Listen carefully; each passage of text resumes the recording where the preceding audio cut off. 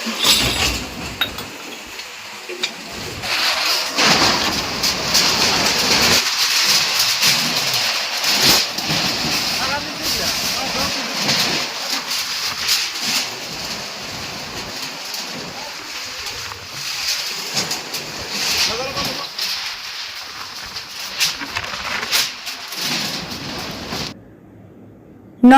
Public news next চ্যানেলে আপনাদের জানাই স্বাগতম। সংবাদ পড়ছি আমি পল্লবী।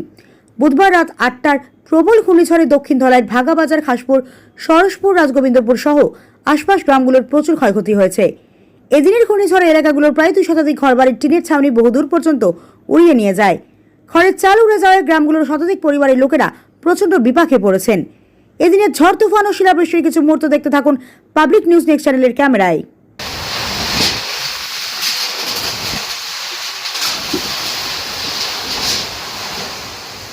খুব ঝড় বৃষ্টি হয়েছে, তুফান আইছে। তুফানের কারণে বহুত মানে ক্ষয়ক্ষতি হয়েছে। আমরারও আমার দোকানের বারিন্দা সব উড়াইয়া নিচে গিয়া।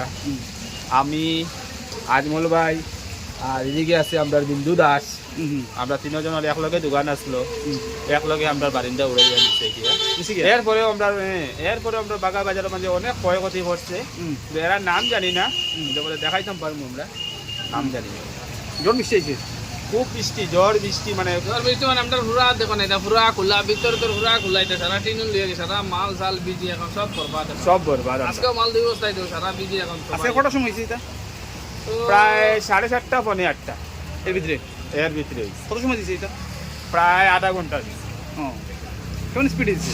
ফুল স্পিডে দিছে। প্রথম আসলো ঘূর্ণিঝড়, তারপরে আইছে বৃষ্টি, তারপরে দিছে পাথর। হ্যাঁ, আপনার গোটটা নিচে গিয়া? হ্যাঁ, সব নিচে গিয়ে গেছে।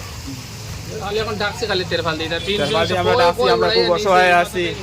আমরা খুঁজে এখন টিন আনছি গিয়া, সব টিন সব উড়ে গেলে। কেমন দূরে গেছে?